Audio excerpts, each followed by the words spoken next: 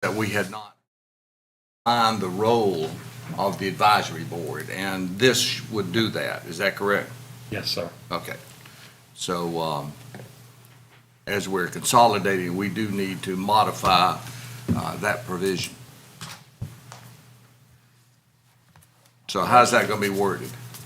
Motion to approve the bylaws for the, Wayne County Health and Human Services Advisory Committee.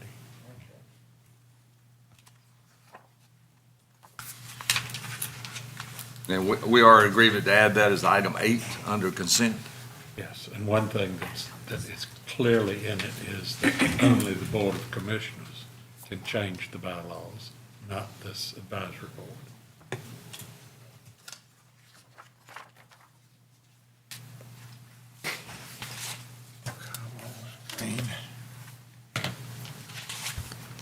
Okay. Is that all the adjustments we have? Allison, if you'll go through the budget amendments. Your first budget amendment is for DSS for $3,042.03, and I'm going over the ones that are on your, in the actual agenda right now. Wait a minute, let me catch you. Okay. Lost it.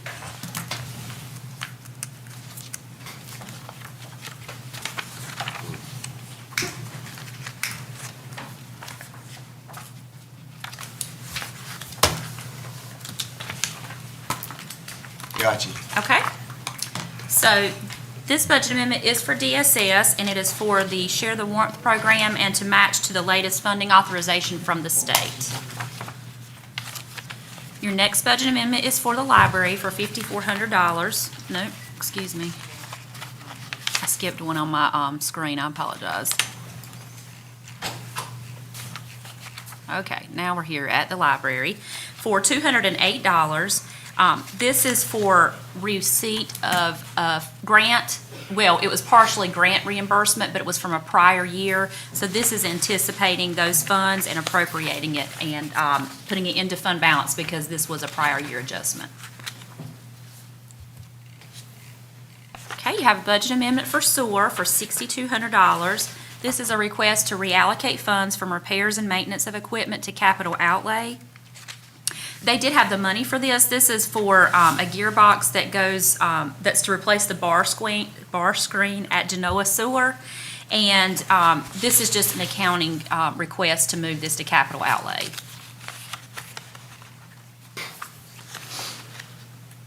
You have a budget amendment for the sheriff's office for $1,950.57. This is to anticipate funds received from the fundraiser that was done for the officers that were injured back in August, and for them and their families to attend National Police Week. It did cover Sergeant Matthew Fishman and the other 2 deputies that were injured and their families, but we did have other officers' families that went, and this money is to cover that because the county covered the remainder. Does that make sense? I want to make sure that's clear. Okay.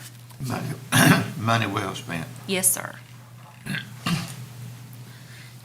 You have a budget amendment for the Jetport for $205,000. This is to anticipate grant revenues for the parking lot drainage improvement and to appropriate the expenditure for that. That is, this is part of the state ARPA funds that we are receiving.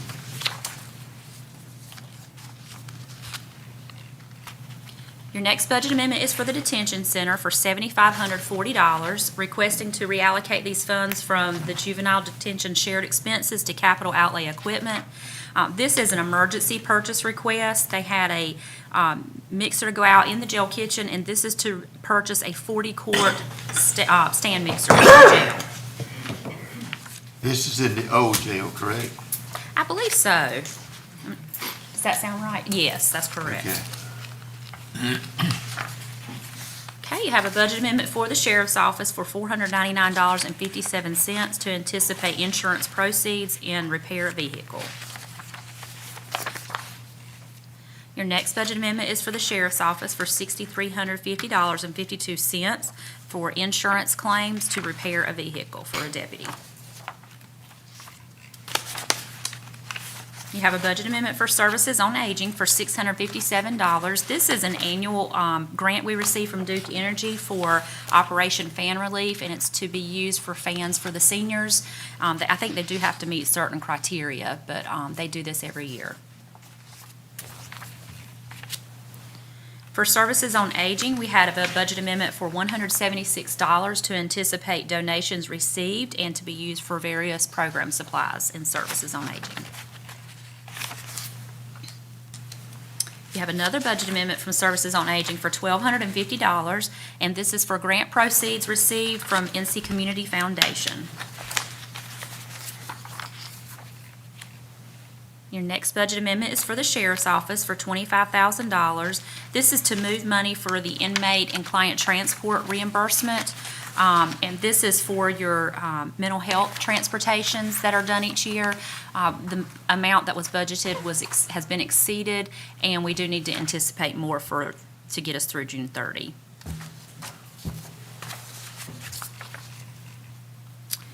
You have a budget amendment for the Register of Deeds Office for $2,166. This is to return funds to the state that were not spent. These were grant funds, and these monies will not have been spent by June 30, so we will be returning these to the state. Why won't they spend? We attempted to have a budget amendment done with Ms. Coram, and she would not sign the budget amendments that we put before. We had several calls, emails, and meetings about it, and she would not sign them.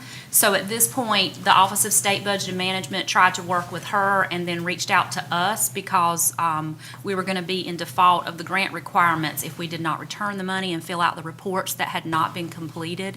And so Janice has been working with the Office of State Budget and Management to get those reports completed as per the grant requirements and to get the money returned that was not spent. Some of it was spent, but not all of it.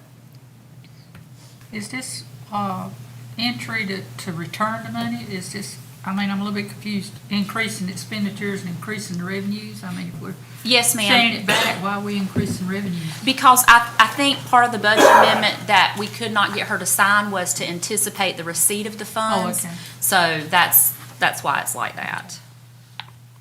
He wants more money, but then we're sending it back to the state. Yes, sir, unfortunately. And Janice did try several times. We also had a meeting with the state about it, and just various times to try to get it through.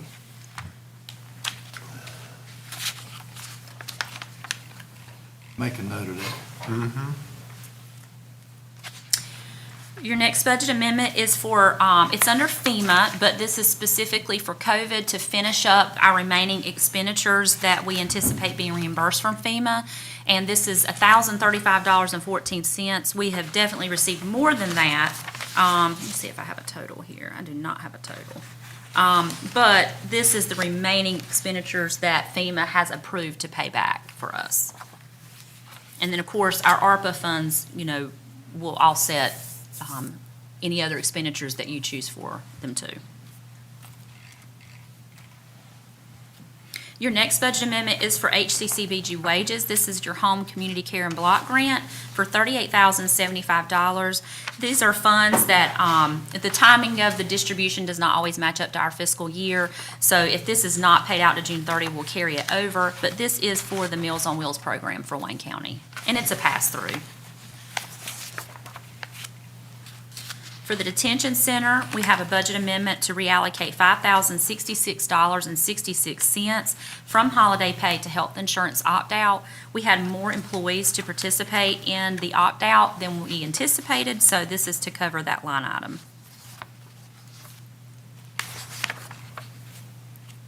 We have a budget amendment for fines and forfeitures for $42,868.30.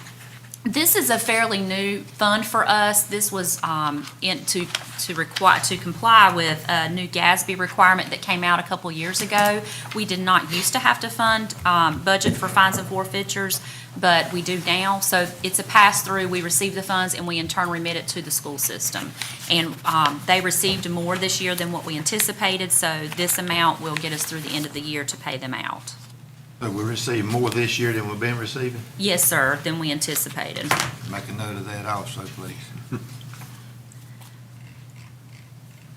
Your next budget amendment is for the sheriff's office for $10,784. This is to reallocate funds within the accreditation line item that the sheriff's office has from professional services to service and maintenance contracts. They are asking to purchase an additional module to the software that will help them track the training and various other documentation that they must have to meet the accreditation requirements on all their deputies. Our next budget amendment is for central services, but that is only because it's really just a general fund line item for $10,000. This is for our flood insurance on the Dixie Trail building, but per the agreement we have with Suntree, it will be billed to them, so we're anticipating both the revenue and the expenditure. Okay, you have a budget amendment for DSS for $5,400, and this is reallocating funds from the state boarding line item to 4E foster care.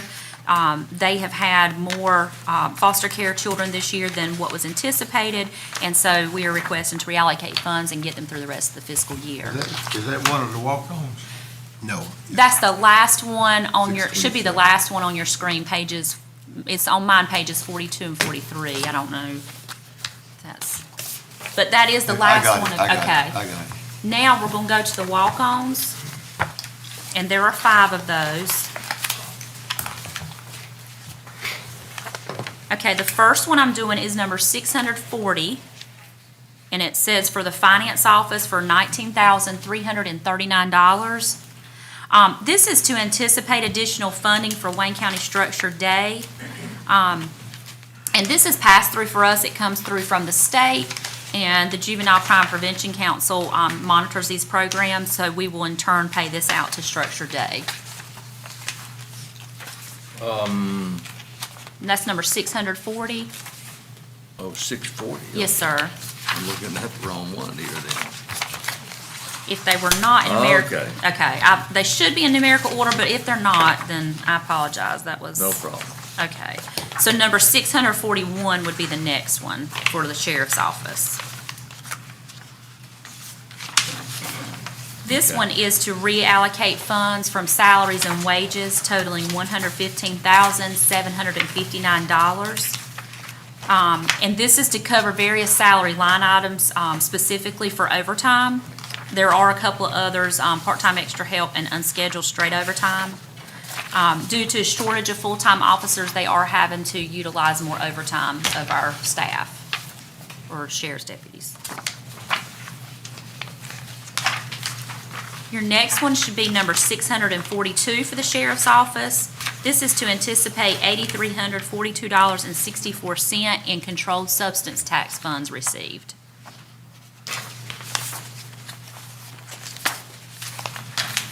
Okay, the other budget amendment for the jail will be number 643 for $33,583. And this is to also reallocate funds from holiday pay to overtime for the jail. Due to a shortage of full-time detention officers, they are having to use more overtime on the officers down there.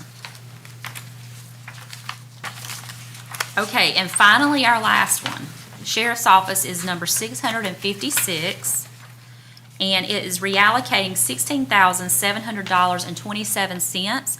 This is for our separation allowance line item. These are for officers that are retired, but don't yet meet the criteria for their Social Security. Thank you.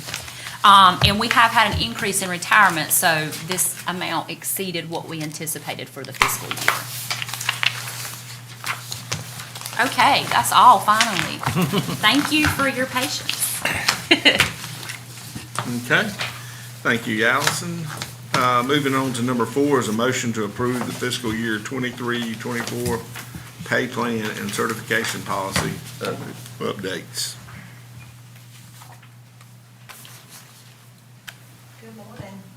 This pay plan update, this is a cleanup and update of our pay plan to reflect the changes that were approved in our upcoming budget.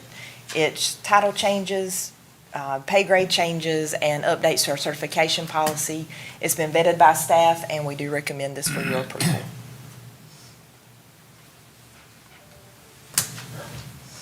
Thank you. Then number 5 is a motion to approve the final plat for Bonnie Farm, Section 11. I think Barry's here.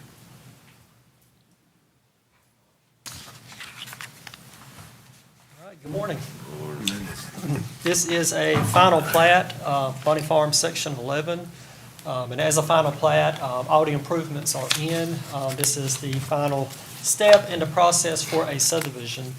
There are 8 lots, of which that's lot number 25 through 32. This subdivision is off of Pecan Road, near its intersection with Genoa Road.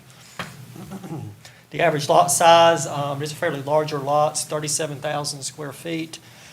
As I mentioned, all improvements are in, so the streets are paved. We do have DOT's approval for the streets in terms of their construction standards.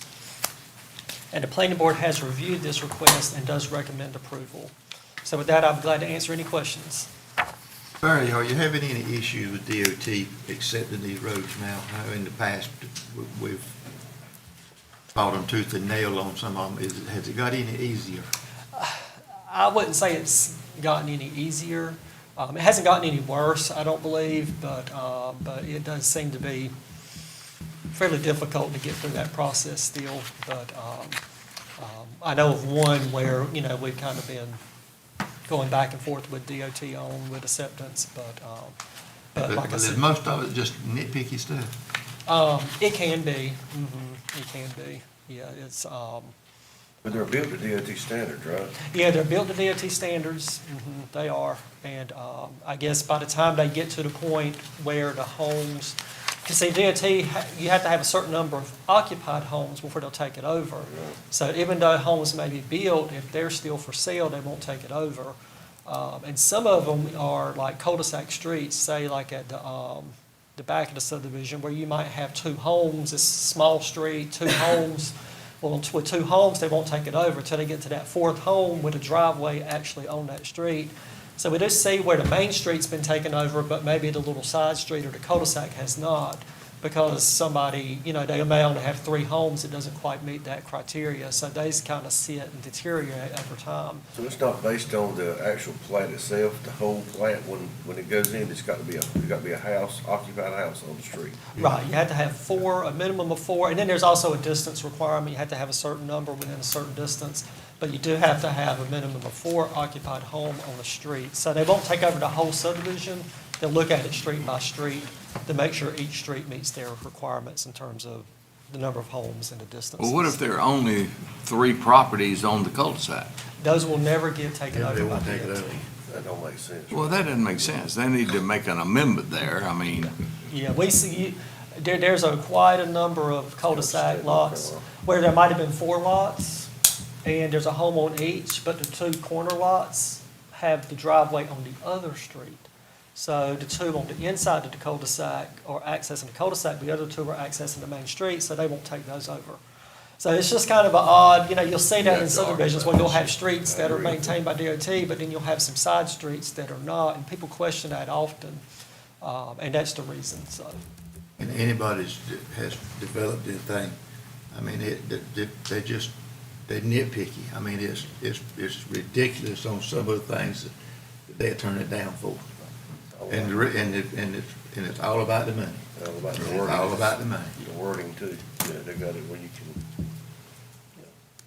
But they do make a mistake once in a while, because I know of one cul-de-sac that got paved by mistake.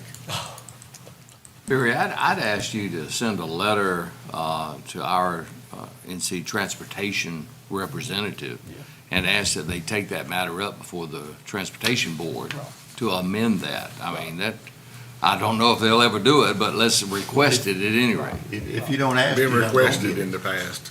Do what? It's been requested in the past. I probably have, but let's keep asking for it, because that means that they will never take over that street. Right. They don't want it. I know they don't want it, but So, they don't want any of them, but, yeah, I can do that. all right. But it looked like if they're built to DOT standard, Doesn't make any difference. And actually, we're looking at this subdivision right here. This cul-de-sac on this plot plan has 3 properties that will have driveways connected to this cul-de-sac because the other two properties are gonna probably be connected to that main road. Yeah, now, there's a possibility that there's two corner lots, That might their help driveway our could connect into the cul-de-sac street. Can we make that as a requirement? That way we'll get When, beyond that. when they come in for permits, we can advise that. Yeah, if you could advise them to connect their driveways to the cul-de-sac. Because it'll be in the developer's best interest to do that anyway. So, yeah, we definitely will advise that when they come in to get permits to do that. I know this is immaterial, but I had them to turn one down because the stop signs were 2 inches smaller than what DOT requires. So I went and got new signs and put them on the same poles, but then they turned it down because the poles was 2 inches too short. That's how nitpicky they are.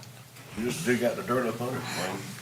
Dig out the dirt underneath the pole. I'm serious as a hard time. Any other questions? All right, thank you. Thank you, Barry.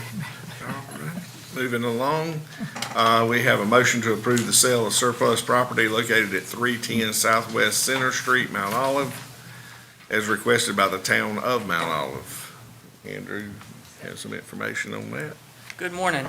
This was a request from the town of Mount Olive. They received an offer to purchase on that property. The amount of the offer was $10,600. Actually, the person who made the offer owns all the property around it. So this is a previous foreclosure, and it's been vacant for some time. And then, of course, we would split the proceeds with the town of Mount Olive as well. And all the other adjoining property owners, even though this is the adjoining property owner, I think they sent letters to the people who were across the street, so everybody was aware that this was being sold. What's the zone? I'm sorry? What is the zoning for this? I'm not sure. I assume residential, but I Probably don't know. residential. Yeah. Thank you. All right, number 7 is a motion to approve the audit contract with Nunn, Brashear, and Azell for the year ended June 30th, 2022. Allison? Yes, and we do have attached a copy of that contract to audit account. We are in the midst of a 3-year agreement with Brashear and Azell that was previously approved by the board. However, the LGC does require that annually the audit contract is separately approved by you all. So it is in line with the 3-year agreement that we have with them, but we are just meeting the statutory requirement to have this approved each year by you. Okay, thank you. Moving on to new business. Let me ask you, so we're approving the one to end June 30th of 2023, That's correct. so we're approving last year's stuff. But they'll audit last year's after we end. Right, Okay, good. right. Yes. Yep, I got the last one under consent is a motion to approve the Wayne County Health and Human Services Committee's bylaws pending attorney approval. Any questions on that? And then we'll move on to new business. Wait a minute. Okay. It's not, It's been rolled on. We added, it's a walk-on. okay, it's being drawn up now, okay. So you'll have a item under new business for a presentation of financial statements for the county of Wayne for the period of July 1, 2022 through April 30th, 2023. And then number 10, we'll have a presentation of financial statements for the Wayne County Tourism Development Authority for the period of July 1, 2022 through April 30th, 2023. And then moving on to number 11 is the selection of an insurance carrier for the county of Wayne. You're up. Well, good morning to everyone.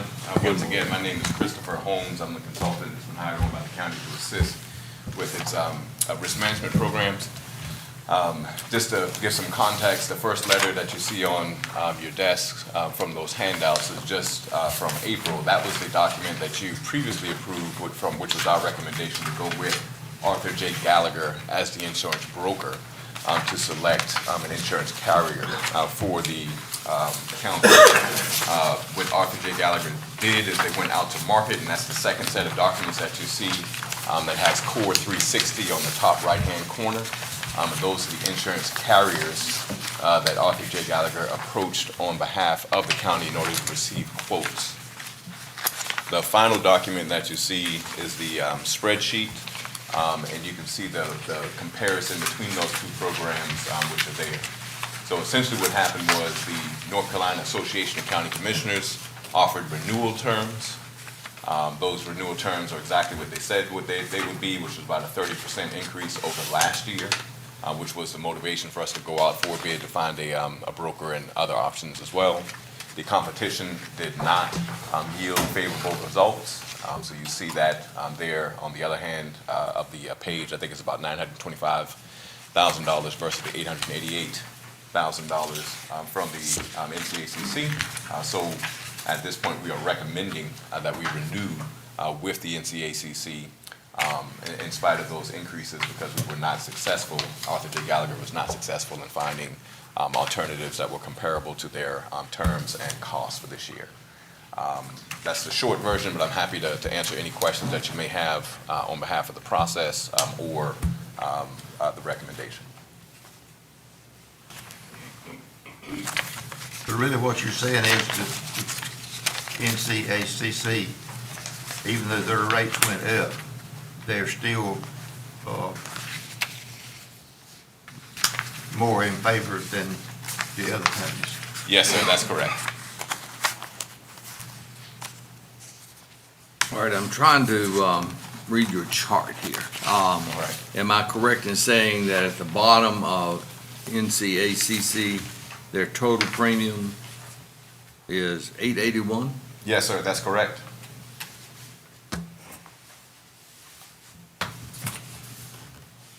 Wow.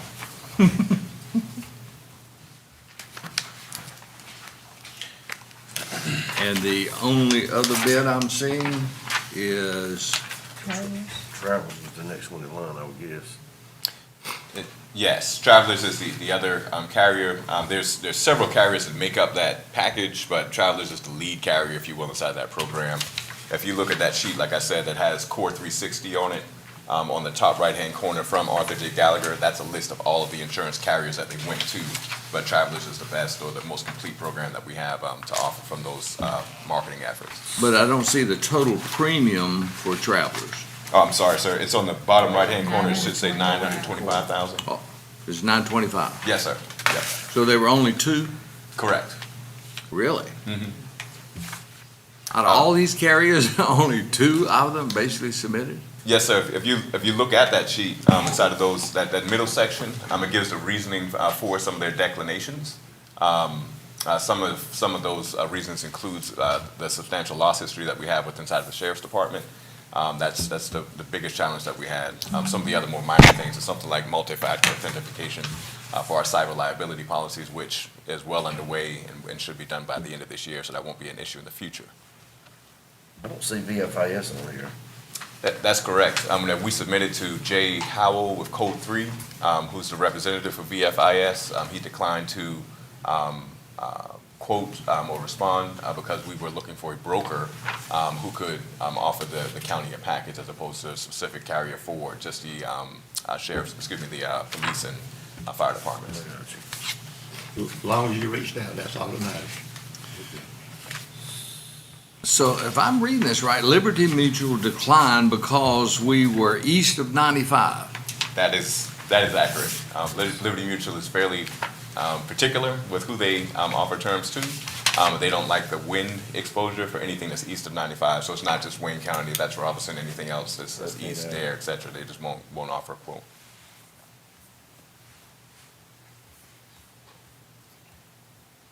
Do we by chance have any total of the total claims that we have had during the last year? Yes, sir. If you give me one moment, I can tell you that number.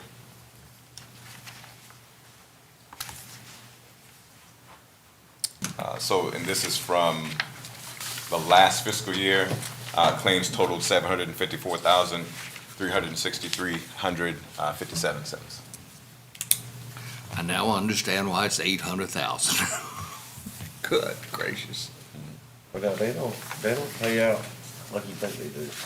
We still have an issue with the fire department.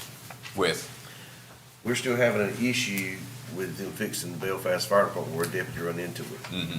I've had a discussion with him again yesterday, and they still ain't agreeing. I still don't understand how he's telling me that the fire department needs to,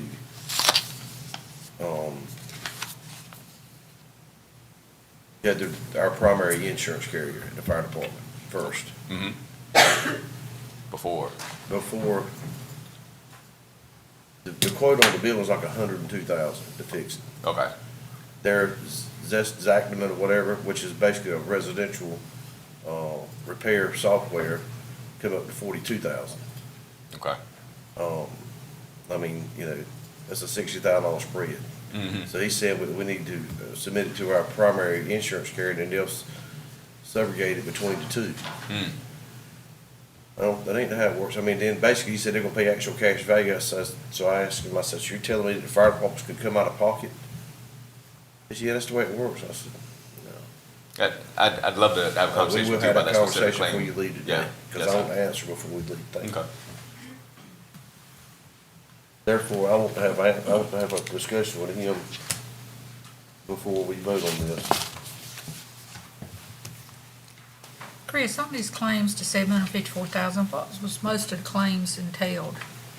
I mean, So a high volume of them are vehicle accidents. But we also had one that was pretty substantial. Well, no, that's a vehicle accident also. And most of those, and once again, this is just the last year. Most of those are with the sheriff's department.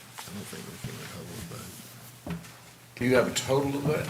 Those automobile accidents? Just the total, I can't, no, sir, I don't have it right in front of me. I mean, I have the total, but I can give it to you after this if you'd like, just to add those up.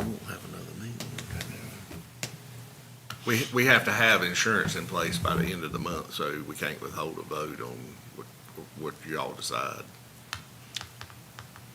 Right, and just to bolster that, the NCACC's decision window typically ends on the 15th. They postponed it until today, post this meeting, of course, as we were waiting on that decision. In other words, we've got basically two choices. It's either NCAC or this other carrier. Correct. Travelers, right? Travelers, correct. And we've got to approve it today so it can go into effect as of the end of the month. That's correct also, yes, sir. Wow. Well, y'all said it was a tight window. I mean, that's tight. Very tight, very tight. And this is, stemming from, like I said, we started this process in April, give or take. Typically, we start in November, December, in order to give a full, time so we can review, ask questions, engage, and all that jazz. But we were kind of under the gun because we didn't get the notice from the NCACC that they were going to increase that 30% until around that same window. So it was very truncated this year.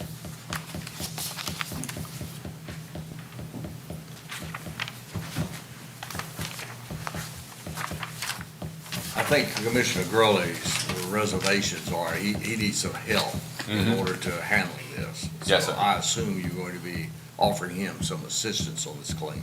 Yes, sir. Yes, sir. That is well within the scope of our contract with the county, and I'd love to be of assistance with you and the sheriff's department as we go through that claim. I assume with the NCACC as you outlined just now, but it sounds like Yeah, it's a I've got all third the party. emails on here back and forth. Okay. Well, it's kind of hard to swallow where you're an innocent victim of somebody running in your building and then all of a sudden they say, well, you're gonna have to pay out of pocket. Well, That file is- it with your insurance first, because they think that the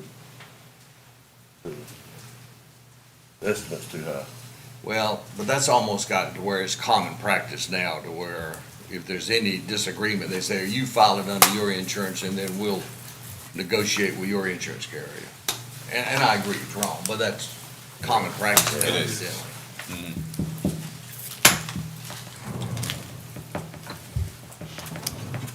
On the bright side, because of this process, we did retain Arthur J. Gallagher. They have a slew of services that are available to the county for this entire fiscal year as we go forward. So some of those things may benefit the county next year's renewal if we're able to effectively engage with the sheriff's department, with other departments, with some of their risk management services. And most of the accidents that sheriff's vehicles are having, isn't it deer involvement, a lot of it? Yeah, they do have a good deal of those, yes, sir. Deer involvement. Some of them are where, I think there was a Mack truck that crossed the center line and ran into one of our vehicles. But then there's other ones where it's just like, an officer didn't see someone who was coming from the left-hand turn, so it was more negligent on our part. Now, go back to that claim in regards, you said a Mack truck crossed the center line and our deputy had an accident with it? That's correct. Would that not be the fault of the Mack Somebody truck? else. That would be my understanding, yes, sir. Well, are they holding that against us? And I'm not privy to the details of the fault of the claim. I had to get the summary of the report. Oh. But I understand what you're saying. Sounds like there's already a pattern, is what I'm trying to say.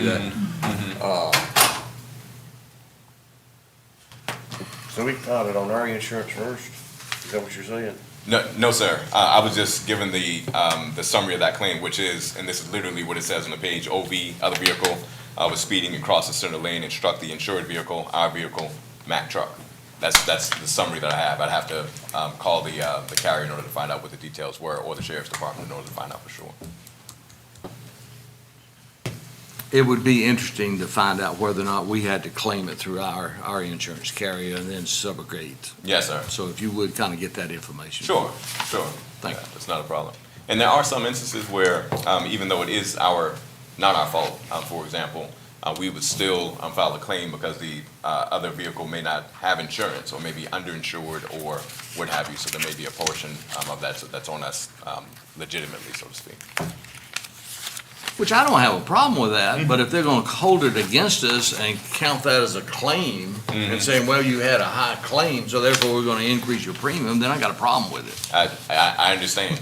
And most times with claims like that, we're able to explain it if we have that story to tell.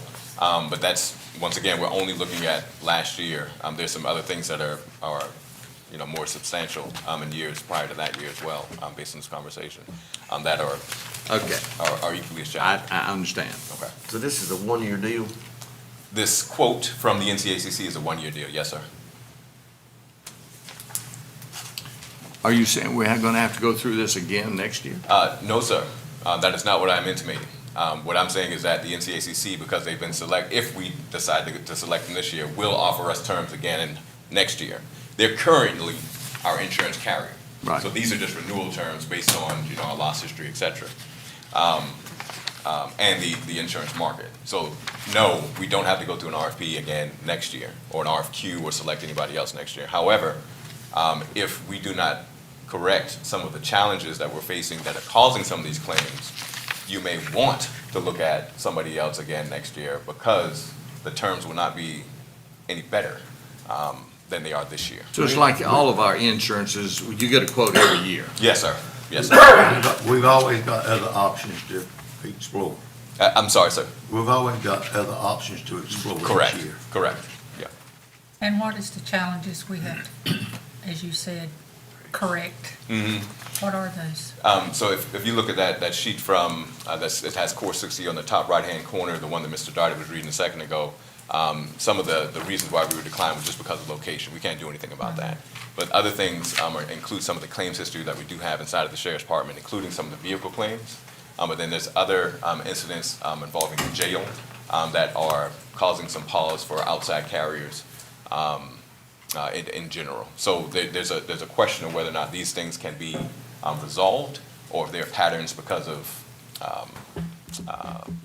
poor management. That's the question that the carriers have. And you said the jail, now we're building a new jail. Is that going to help on that situation some? Not necessarily, because the claim that is being alleged is practices within the jail, not necessarily the physical structure of the building. So you're saying management in the jail? There have been some claims at the jail dealing with individuals and inmates. Yes, ma'am. I don't know how to ask that question. I'm good. Any other questions? Oh, we're good. All right, thank you, Very, Christopher. very well presented. Thank you. Thank you, sir. And our last item under new business is a motion to award contract for Ivy Road project, subject to county attorney review. This is the road out at Park East that we've been working towards. Paper bids were opened on March 17th for the above referenced project. Michael Baker has reviewed the subject. Michael Baker is engineering as our contractor, administrator. He has reviewed the submitted bids for the above referenced project and recommended the notice of award to ST Wooten Corporation. If you'll look in your bid packages there, the bid sheets are listed with the bids attached. They are the low bidder. We recommend that award. We also have a resolution attached that we handed out today. That would need the chair, Madam Chair's signature on it, and we would be approving that resolution as such. Is there any questions on that project? I do have a question that is, based upon this bid and the awarding of it, have we determined how much in local funds we're going to have to be put into this project? Hey, Allison. I know at one time we committed to a larger amount than this. Right. Yes, sir. So right now, I touched base with Mark Pope over the last week, and he responded that he is going back to Golden Leaf to request additional funds once you all approve the contract today. And I know we are already receiving some funds from Golden Leaf, but I believe he's going to ask for more. He also mentioned, and maybe, Chip, you might have more information on this. He said, I've also asked them to move the grant that we had from the Hosokawa building of $200,000 to this project. And I'm not sure, I was not real sure about the details of that. That's Golden Leaf money, isn't it? So that is Golden Leaf, okay. So And that would be on You top. all are still working on trying to get additional funds. Right. But you all did approve a budget amendment for us to cover the difference in the interim. But I did want you to know that he is working on securing additional funds for this. And we're gonna draw down as much of the money that's not county, obviously, before we have to touch county funds. I see Craig in the back of the room. Just stay right on top of that, please. Thank you. Okay. Any other questions on that road project? That project was part of an incentive for expansion of auto owners insurance. Then we get down to the county manager's report, Board of Commissioners committee reports. We go into closed session and then adjournment. Do we have closed session for today? Anything? No closed session today? I have some closed session. Okay. Or, Considering East Point. Can we discuss that now? It only take me 5 minutes. okay. We'll hold it for after the meeting. I don't think we have enough time. We only need 5 minutes. Okay? Just want to release some information. Need to consult with your lawyers to have your attorney-client privilege. We need somebody to make a motion. I move. So move. Is that? Need a vote? Huh? Hold on, I'm working on it. You're working on it? There we go. Mr. Hardison, you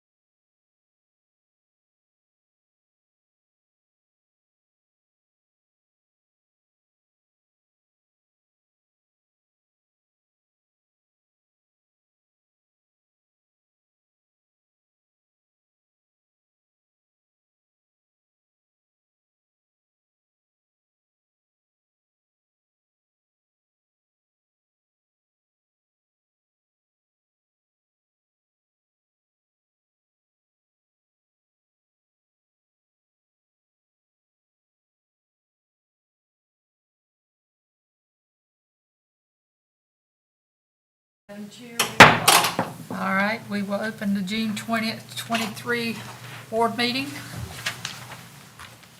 The invocation day will be Commissioner Freeman Hardison. Right hands, please. Dear God, help us as county leaders to aid those who have not, to improve their lives. Give us the wisdom, dear God, to make decisions that will benefit all citizens of Wayne County. And finally, dear God, bless and protect our men and women in uniform, as well as our first responders. In Jesus' name I pray, amen. Pledge allegiance, Commissioner Aycock. Pledge allegiance to the flag of the United States of America and to the republic for which it stands, one nation, under God, indivisible, with liberty and justice for all.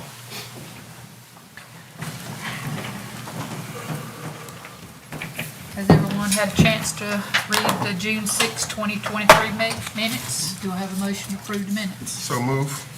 Got a motion on the floor to approve June 6 minutes. You may vote.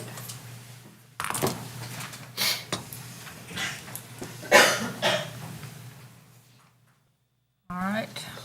Motion to approve the June 20th adjusted agenda. I need to Okay. make that motion. Consent, I have 5 walk-on budget amendments to be added under consent. And under, add number 8, a motion to approve the Wayne County Health and Human Services Committee bylaws pending attorney approval. And that is all, Madam Chair. Okay.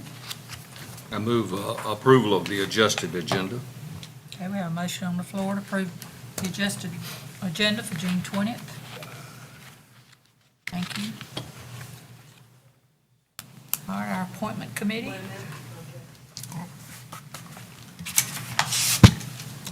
motion passed unanimously. Madam Chair, we do have appointments for June 20th. I'd like to bring these to you as a motion. Okay. Motion to appoint Esteban Guzman to the Library Advisory Board. And we do have, we were able to put that on there after the meeting this morning, so you may vote on your iPads. Okay. Can I read them all, or do we have to vote them individually? I have to vote on Mr. Guzman first and then the other. Okay.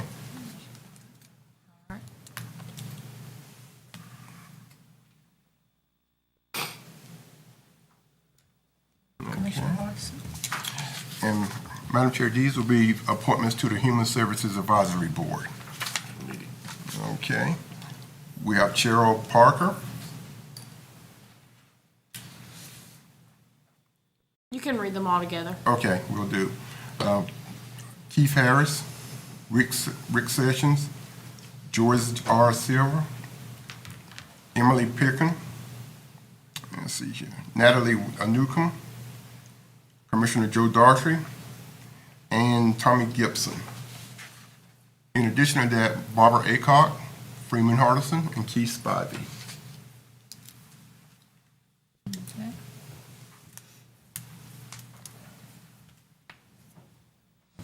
And Madam Chair, that's all we have for the Appointments Committee. Thank you. Mr. Crawford?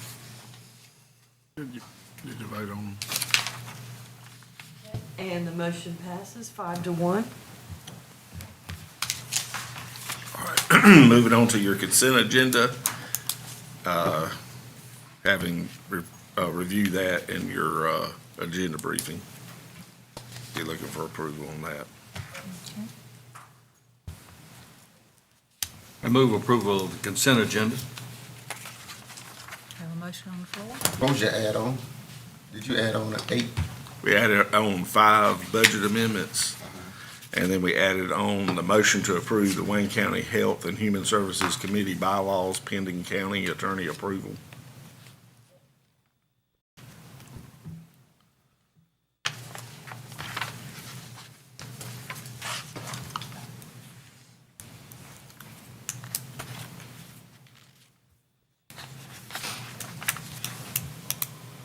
All right. Let's, moving under new business, a presentation of the financial statements for the County of Wayne for the period of July 1, 2022 to April 30th, 2023. And I'll ask our Finance Director, Allison Spate, to come forward. Good morning. Good morning. This is going to be a little more brief than typical for me. I know we have a facilities committee meeting, so if you have any questions about the information later, feel free to reach out to me. I am going to first present on the county's financial statements from July through April. And so I'm just going to hit very high levels. The first is our property tax revenues, and we've collected about $59.8 million for the year. Once again, our tax department does a fantastic job, and we've collected about 99.67% of our budget at this point, which most of our collections are in December and January. We've collected $3.6 million more at this time this year than we did last year, but I do want to point out that there was, as you all know, a tax rate increase, and just for the public's information, that tax rate increase was to assist with salary increases to bring a lot of our employees up to market, and also to provide additional funds for capital projects where we had seen significant cost increases in construction. And so a lot of this overage will be moved to our debt service fund and will be used to offset those salary increases. We also maintain, our tax office maintains a high collection rate, and so this is very favorable for us and also in budgeting, because we can never budget more each year than what our previous year's tax collection rate was. For our vehicle taxes, we've collected about $7.3 million for the year. This is $737,000 more than this time last year. And this is also affected whenever our property tax increases take place. We've collected about 89.95% of the budget, and I do feel like we'll probably exceed our budgeted amounts for the year. And you've all heard this many times, but the tax and tag program that was put in by the state has assisted us greatly in tax collections for the tax and for vehicle taxes, because we pretty much are at like 100% of collections. For our sales taxes, we continue to see very positive increases in sales taxes. And, you know, each year has kind of been tough because we've just been surprised every year. And so it's hard to know how to budget those, because you kind of feel like it's going to level off. But thankfully, we're still seeing some increases. We've collected about $26.5 million to date. This is $3.1 million over this time last year. I do want to point out, however, that this is going to help offset a significant decrease we had this year that was unanticipated. And I know I explained this a little bit during the budget process. I think it was during our budget hearing or work session. The sales tax Medicaid hold harmless line item that we have, which we had not been receiving up until about 2 years ago, we actually had to pay back a significant amount this year, and we were not expecting that. So we are very thankful for the increases in our other sales tax articles, because this did help offset that reduction in budget in actual that we are going to experience. And it's about $1.3 million under budget that we had anticipated collecting this year. That's one of those things that we just really don't have any way of knowing. It depends on what the Medicaid program is costing the state to run, and it depends on your sales tax collections. So I'm not sure how the expansion is going to affect all of this, but we did budget much more conservatively for the upcoming year to help with that. Our overall average collection compared to budget is about 97.82%. We're definitely going to exceed our budget amount. So this chart represents around the last 18 months of collections, and I think with the exception of 1 month, we've exceeded the prior year. I think there was 1 month that we may have had a larger refund that was processed at the state level than normal. Am I understanding that to say the overall average collection of 97.82% are budgeted? So actually it fell below what we budgeted? No, sir, because this is through April. Okay. all Yes, right. sir. Okay. Thank you. So I do feel like we will exceed our budget collection. The only other updates I wanted to provide you today, because we're going to have facilities committee meetings, so you'll get a lot of the project updates there, and I didn't want to be repetitive, is on our self-insured funds. For workers' comp, our claims are up over last year, but we expected that. And we've seen a lot of increases in having our claims, our old claims cleaned up over the last couple of years. I know that that's been discussed at various meetings. And we increased our premiums from our departments that contribute to those to help offset that. So this has all been well within what we expected. We don't anticipate exceeding the budgeted amount for the year, so that's great, because we don't like to be surprised at the end of the year on either of these funds. For hospitalization, our claims are higher than prior year, again, but we have been working with, as you know, Mark III. They work with us every year, and we meet with them quarterly to look at how our claims are trending, how the wellness programs are working that you all have put in place, and we're seeing some very positive results on those things. So you have all put in some good things to help offset some of the increases that we've been seeing, and it took a few years for that to take place and us to see those results, but we are seeing that. We do not expect to exceed our budgeted amount, but we did, like I said, increase our premiums to offset this, and I think that our hospitalization fund will stay pretty stable this year. So that's another area where we've experienced in the past some expected increases, and it kind of took us by surprise, but we're in a good position this year.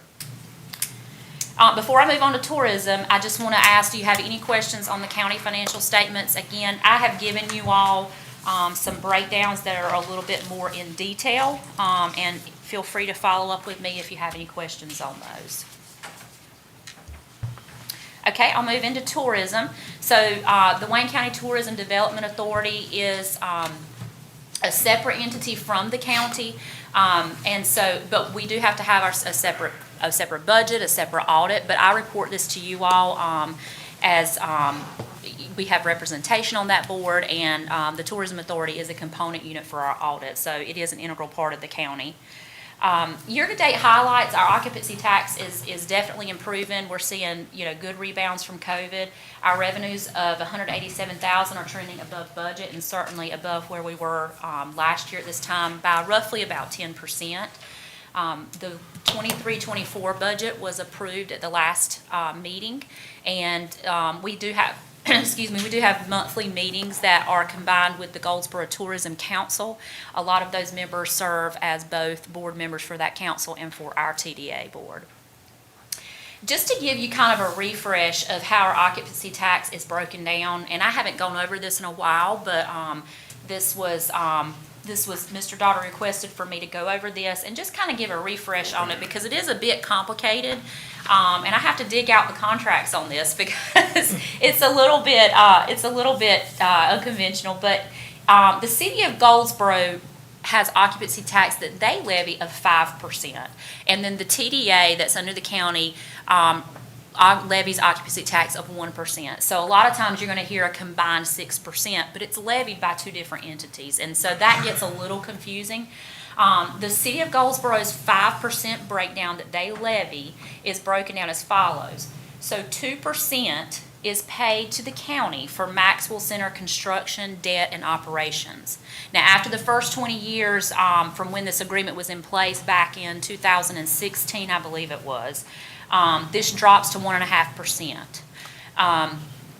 The next 2% is retained by the city of Goldsboro for the city to help offset operations for their event center and tourism-related facilities. And then the last 1% is dedicated specifically for the annual operating marketing expenses and things like that of the Tourism Council. The exception to this, and the Maxwell Center is included in that as well, so they do marketing, their tourism department does marketing for the Maxwell Center and for the city's facilities. The exception to this is the town of Mount Olive, and I'll talk about that in just a second. The TDA's breakdown of the 1% is as follows, and this is where the town of Mount Olive's agreement comes into place. 70% of their 1% that's collected within the town of Mount Olive's limits, within any establishments that are in the town of Mount Olive's corporate limits. 70% of that is set aside in the TDA's fund just for Mount Olive marketing. Now, those expenditures have to be approved by the board, by the TDA board, and typically what they do is they come to the board and they request a budget amendment, or if funds are available that year, for them to be able to have reimbursement on marketing-related expenses. Most of that is used for the Mount Olive Pickle Festival. They do have, I think, a couple of other things throughout the year that may be used for, but that's the bulk of it. The remaining 30% of that 1%, I'm sorry. Sorry, Siri was trying to help me.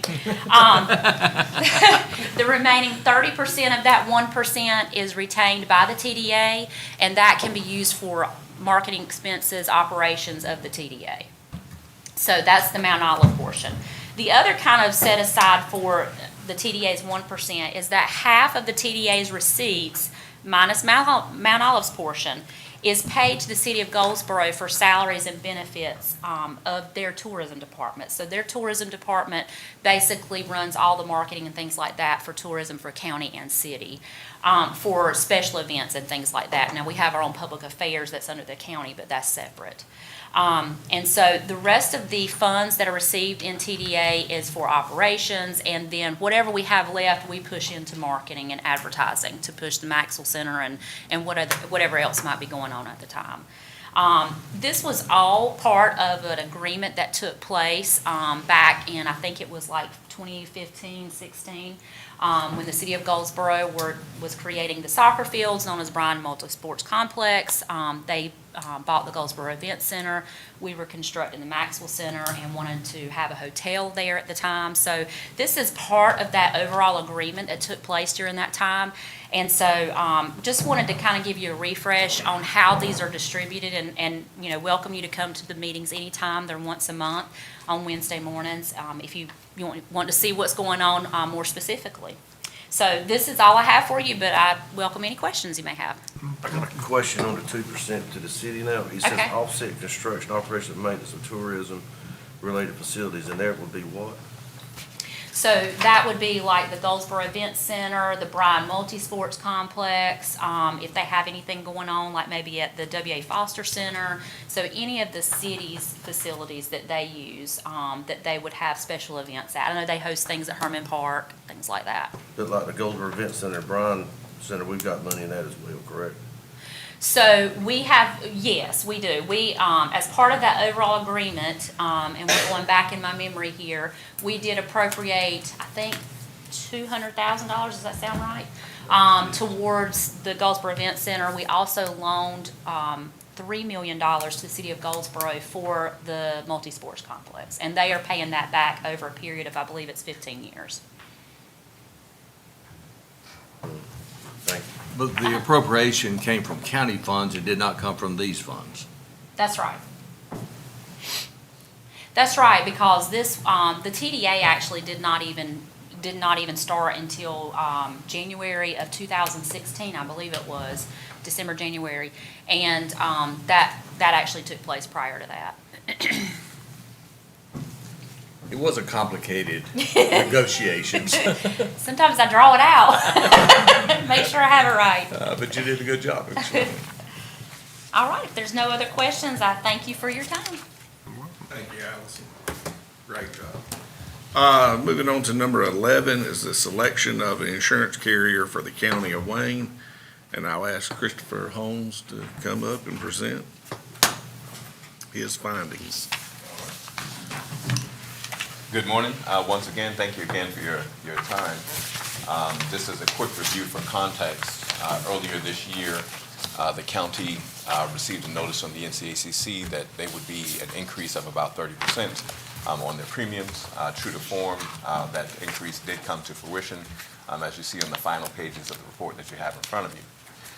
In the interim, we secured options for a broker. The broker that was selected was Arthur J. Gallagher. Arthur J. Gallagher went out to market on the county's behalf and secured quote options for the county. The best option that was presented was from Travelers Insurance Company in combination with some others, and you see the total of the premiums that is there as well. I do recommend that the county renew with the North Carolina Association of County Commissioners this year. And I would note that as we spoke offline with some of the claims challenges that we've been having with the NCACC and resolving some of the challenges with them, that there are representatives from the NCACC inside of the room today.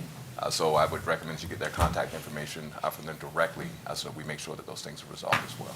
We won't meet after the fact. Thank you. Excellent. May I answer any questions for you? Madam Chair, I move that we renew our insurance carrier with the NCACC. Motion on the floor to renew with the NCACC insurance.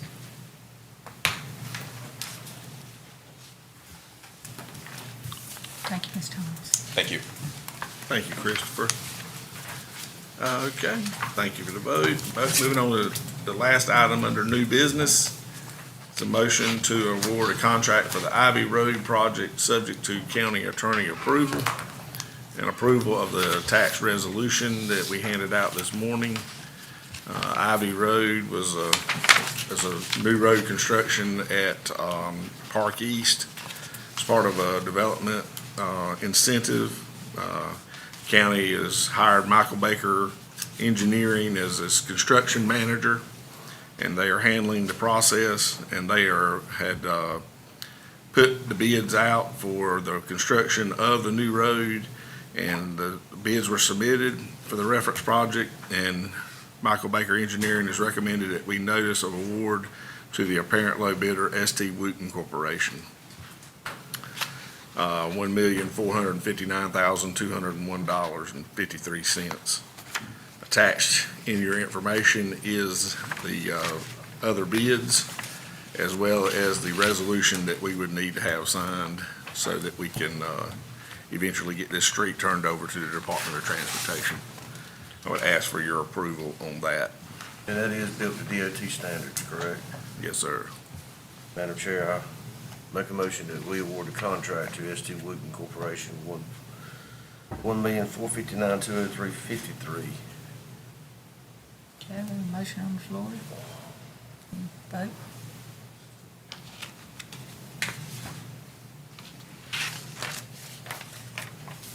All righty, thank you for that vote. Subject. Yeah, never mind. Do what? Subject to county attorney approval. Yes, correct. County manager's report. I'm just on 6/27, the Chamber of Commerce will have a transportation talk at the Goldsboro Event Center, if you haven't signed up for that. And remember, on July the 4th, we will not have a meeting. And that's all I have under county manager's report. Okay, thank you, Mr. Conklin. All right, Commissioner Daughtry, on Board of Commissioners Committee reports. No comment. Commissioner Gurley. Yes, ma'am. Just for clarification, I do not have COVID. I do have a cold. And with Wayne's past health issues, I felt like it was in the best interest that I wear a mask. But we will not be here July 4th, so I want to wish everybody a happy and safe holiday. Thank you, ma'am. Okay, Commissioner Aycott. I really don't have any comments other than, I'm doing great.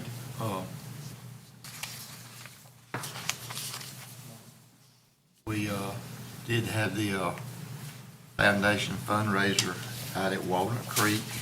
I don't have the exact figures, but, the foundation did quite well. And just for information for people that doesn't know, primarily the purpose of the foundation at Wayne Community College is to provide scholarships to students. They have stepped up a couple of times and helped us on construction of some new buildings. But primarily the function of the foundation at Wayne Community College is to provide scholarships for students that are financially strapped, and they do a fantastic job. And to go to the graduations at the college, the expressions and the